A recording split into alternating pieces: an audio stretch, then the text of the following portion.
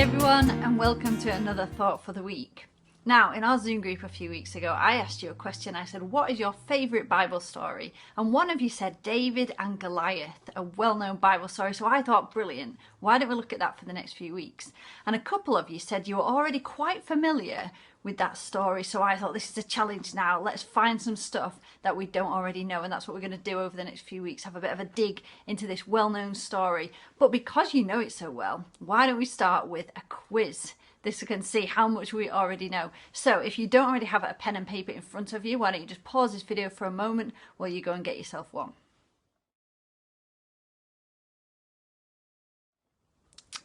Okay, I'm going to trust that you are back. Here's our first question. So before David was chosen to be king, what was his job? So write down your answer. What was David's job? Okay, next one. What was the name of the prophet who came and found David?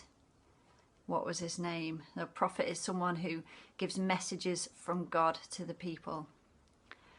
Okay, question 3. How many days had Goliath been challenging the Israelites before David arrived? So the story says he's been coming out morning and night for so many days. All right, question 4. What was the name of the enemy people that Goliath was part of? So they were called the something. Okay, number 5. Why did David go to battle in the first place? Now there's a couple of answers you could have for this. So if you get both, brilliant.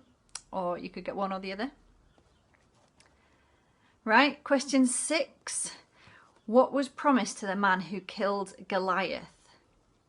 And again, there's about 3 things in the Bible that it says is promised to the person who kills him. So see if you can get all 3, but if not, can you get one of them? Or can you have a guess if you don't know? Right, if this is going too fast, feel free to pause it while you write your answers down. Here's question 7.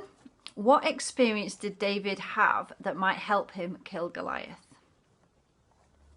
What had he already done that might help him in this situation? Okay, number 8. What did King Saul try to give David to help him beat Goliath? What did he offer him? Right, number 9. There's 2 more left. Number 9. How many stones did David use to knock Goliath to the ground? So not a trick question, but just think carefully. How many did he use to knock him to the ground? And last question, number 10. Which book of the Bible is the story of David and Goliath found in? Do you know that one? I'll give you a clue. It's in the Old Testament. So that narrows it down a bit. Okay, now we're not actually going to wait until our meeting. We're going to go through the answers now because some of them are going to come up as I'm talking today. So let's have a look what you've got. So before David was chosen to be king, his job was a shepherd. Well done if you got that right. Oh, that tick was backwards. Oh well, one of those was the right way around. What was the name of the prophet who came and found David? That was Samuel. How many days had Goliath been challenging the Israelites before David arrived? That was 40 days. Number 4, what was the name of the enemy people that Goliath was part of? They were called the Philistines. Number 5, why did David go to battle in the first place? Well, he was bringing lunch for his brothers. So he was a sandwich delivery guy, and also he was sent to get news of how the battle was going. So either one of them. If you got both, well done. Number 6, what was promised to the man who killed Goliath? So there's a few things here. Great wealth was one of them. The king's daughter in marriage was another one. And that he wouldn't have to pay any taxes. So there were lots of benefits for this person. Okay, number 7, what experience did David have that might help him kill Goliath? Well, he was a shepherd, remember? So he said he'd already killed lions and bears to protect the sheep. So that was some experience. And he also trusted God. So he had personal experience as well. Number 8, what did King Saul try to give David to help him? Was his armour. And we'll look at that more another week, but he tried to give him his armour. How many stones did David use to knock Goliath to the ground? Was 1. He may have collected more. He collected 5, but he only used 1 to hit him to the ground. And number 10, which book of the Bible is the story found in? That's 1 Samuel. Okay, when we have our Zoom group shortly, you can tell each other how many you got. Right, so we'll get to the main story next week, but for this week I want to go back to the place where Samuel comes to find David. Now God has told Samuel, who is a prophet, that one of Jesse's sons was going to be the next king. Now Jesse was David's dad, and it's interesting that God didn't tell Samuel which son until he got there. And I sometimes find this with God. I don't know about you. I'm a person who likes to know what's happening. You know, I want details. I want to know the whats, the whens, the hows, the whys, all the details. But I'm still learning this, that, you know, when God speaks to us, often he'll just show us the next step. He doesn't show us everything. He shows us just the next step. And we have to do that next step. And when we've done it, then he'll show us more. So this is what was happening with Samuel. He goes to David's house and he asks to see Jesse's sons. And Jesse has 7 of his sons come and stand before Samuel. And the first one Samuel saw, he thought, you know, looks okay, might make a good king. But God said something very clear to Samuel. And this is one verse I'm going to read. It's from 1 Samuel chapter 16, verse 7. And you may want to remember that for just a bit later. This is what God said. Do not consider his appearance or his height, for I have rejected him. The Lord does not look at the things people look at. People look at the outward appearance, but the Lord looks at the heart. How often do we judge another person based on what we can see?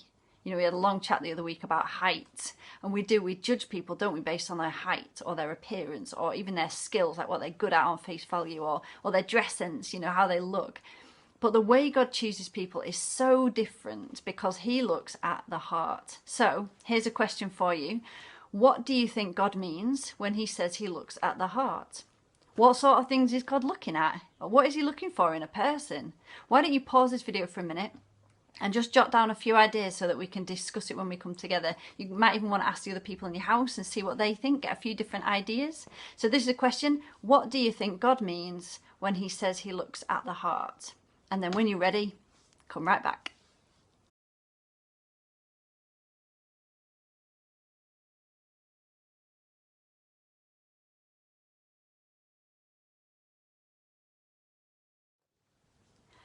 Great. Right, hang on to those thoughts because we're going to share them with each other in a few minutes' time. But I've got one more little challenge for you to do before we meet up if you have time. And it involves maths, of all things. Who's good at maths? Go on.